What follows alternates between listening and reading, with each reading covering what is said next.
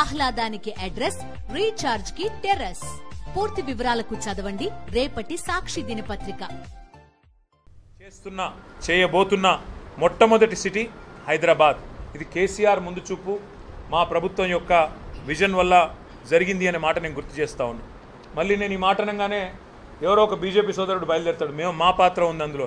ఇందులో కేంద్రం పాత్ర గుండు సున్నా, అది కూడా చెప్తా ఉన్నా ముందే. ఈ మొత్తం 4,000 కోట్ల రూపాయలు అయితే ఖర్చు పెట్టి దాదాపు 1,300 MLDల కెపాసిటీతో కడుతున్నామో ప్లాంట్లు, ఇందులో కేంద్ర ప్రభుత్వం యొక్క పైసలు గుండు సున్నా, ఒక్క పైసా కూడా లేదు.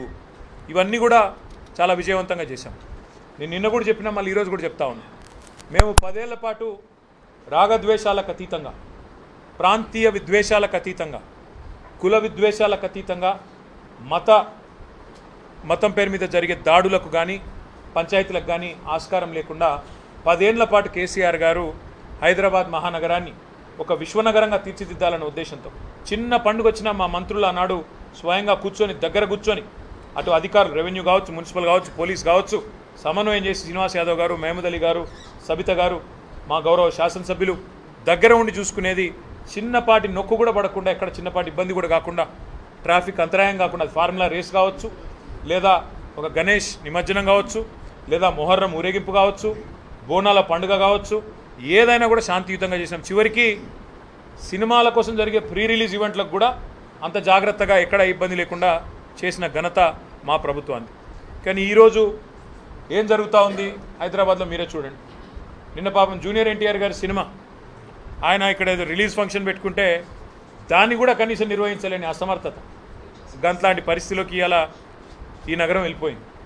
ఇంకోవైపు చాలా విచిత్రంగా ట్రాఫిక్ సమస్య నాకంటే బాగా మీకే తెలుసు, నాకంటే ఎక్కువ మీరే తిరుగుతారు.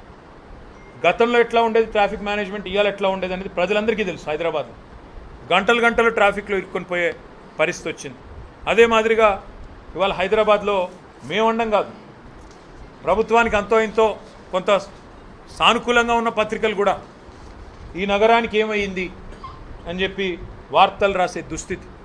30 రోజుల్లో 28 మర్డర్లు అని చెప్పి లా అండ్ ఆర్డర్ పూర్తిగా అదుపు తప్పింది అనే పరిస్థితి. ఇవన్నీ కూడా మన కళ్ళ ముందే కనబడతా ఉన్నాయి. పరిస్థితులు ఇట్లా ఉంటే ఈ 10 నెలల్లో ఒక్కటంటే ఒక్కటి పాజిటివ్ కార్యక్రమం లేదు.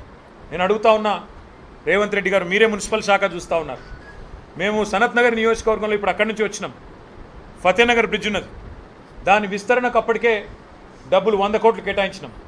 కేటాయించడంతో పాటు రైల్వే శాఖకి డబ్బులు కట్టాలా రైల్వే వాళ్ళకి అంటే శ్రీనివాస్ యాదవ్ గారు దగ్గర ఉండి డబ్బులు కూడా కట్టించారు అన్నాడు హెచ్ఎండిఏతో. ఇంతవరకు మళ్ళీ దాన్ని ఫాలో అప్ చేసిన నాతుడు లేడు. ఇంతవరకు దాని విస్తరణ వైడనింగ్కి ఇప్పటివరకు ఒక అడుగు కూడా ముందుకు పడలేదు ఈ 10 నెలల్లో. ఎందుకు అంటే పురపాలక శాఖ మంత్రి గారికి పట్టింపు లేదు, హైదరాబాద్ నగరం మీద ప్రేమ లేదు, నియోజకవర్గ సమస్యల పట్ల అవగాహన అంతకంటే లేదు. కనీసం ఎమ్మెల్యేలను పిలిచి ఏమున్నాయి సమస్యలను అడిగే పరిస్థితి కానీ తీరిక కానీ ముఖ్యమంత్రికి లేదు. అదేవిధంగా కుకట్పల్లిని ఇటు సనత్ నగర్ను కలిపే ఆ ఇండస్ట్రియల్ ఏరియా నుంచి వచ్చే అండర్ పాస్, బాలానగర్ కలిపే అండర్ పాస్, దానికి కూడా మేము డబ్బులు కట్టినాం. అక్కడ కూడా రైల్వే శాఖకు చిన్న ఆటంకం ఉంటే వాళ్ళకు కూడా పైసలు కట్టినాం. కానీ ఈరోజు వరకు ఒక్క అడుగు ముందుకు పడలేదు. ఇట్లా చెప్తూ పోతే మా కృష్ణారావు గారు చెప్తుంటాడు ఇప్పుడు, కుకట్పల్లి ఎమ్మెల్యే గారు, అన్న ఈ 10 నెలల్లో ఒక్కొక్క కొబ్బరికాయ కొట్టలేదన్న నేను అని. ఎందుకంటే ఒక పైసా ఇవ్వట్లేదు. హైదరాబాద్ మహానగరం మీద బడ్జెట్లోనేమో బిల్డప్ 10,000 కోట్లు అది ఇదని, ఒక్క పైసా ఈరోజు వరకు శాంక్షన్ చేయలేదు ఈరోజు వరకు. ఇది వాస్తవం. నేను ముఖ్యమంత్రి గారిని ఒకటే అడుగుతా ఉన్నా, హైడ్రా పేరిట హైడ్రామాలు కాదు, హైదరాబాద్ను బాగు చేసే ఆలోచన చేయండి. హైదరాబాద్ కోసం, హైదరాబాద్ బాగు కోసం మీ ప్రభుత్వం ఇచ్చిన మేనిఫెస్టోలోని ప్రతి అంశాన్ని వదిలిపెట్టకుండా మేమందరం కూడా పట్టుబడతాం. తప్పకుండా ప్రజల నుంచి ఆ చైతన్యాన్ని కూడా తిరిగి తీసుకొస్తాం. ఎందుకంటే మా బాధ్యత, హైదరాబాద్లో ప్రజలు మాకు ఓటేసి గెలిపించినారు, వాళ్ళకు అండగా నిలబడాల్సిన బాధ్యత మా మీద ఉంది. ఇప్పుడే మేమందరం కూడా కాసేపు కూర్చున్నాం, మాట్లాడుకున్నాం. నిజంగా కూడా హృదయ విదారకంగా అనిపిస్తున్నది కొన్ని దృశ్యాలు. చిన్న పిల్లలు, 7 ఏళ్ల పిల్లలు పుస్తకాలు తీసుకుంటామంటే కూడా వారికి ఒక 10 నిమిషాలు టైం ఇవ్వకుండా మెడలు బట్టి బయటికి నూకేసి వాళ్ళ తల్లిదండ్రులు వాళ్ళ కళ్ళ ముంగటనే పెట్రోల్ పోసుకుంటే ఆ పిల్లలు ఆ బాధను చెప్తా ఉంటే, రేవంత్ సార్ మా ఇల్లుగులో కొట్టిండని చెప్తుంటే, వేదశ్రీ అనే చిన్న పాప, 7 ఏళ్ల పాప, హృదయ విదారకమైన పరిస్థితి కాదా? కస్తూరిబాయి అనే ఒక మహిళ ఫుట్పాత్ మీద చెప్పుల దుకాణం నడుపుకుంటుంది, దళిత అమ్మాయి అనుకుంటా. ఆమె చెప్పుల దుకాణాన్ని తీసి బుల్డోజర్ పెట్టి అవతలెత్తి పారేస్తుంటే నేను అడుగుతా ఉన్నా ముఖ్యమంత్రిని, మానవత్వం ఉన్న సర్కార్ చేయాల్సిన పనేనా ఇది? ఒకవేళ ఒక ప్రెగ్నెంట్ అమ్మాయి నల్ల చెరువులో ఏమడిగింది ఆ అమ్మాయిది కూడా వీడియో వచ్చింది. ఏమడిగింది? సామాన్ తీసుకుంటాను, ప్రెగ్నెంట్ నేను, కొంత సమయం ఇవ్వండి అని అడిగింది. దానికి కూడా నిర్దాక్షిణ్యంగా ఆ అమ్మాయిని బయట నూకేసి కట్టేసి పోలీసులతోని గోడగట్టి అమానవీయంగా. నేను ముఖ్యమంత్రి గారిని ఒకటే అడుగుతా ఉన్నా, ఉన్నాయి ఒక మా హయాంలో కాదు, స్వాతంత్రం వచ్చినప్పటి నుంచి ఫుట్పాత్ల మీద ఆక్రమణలు జరుగుతూనే ఉన్నాయి. ఎవరుంటారండి ఫుట్పాత్ల మీద?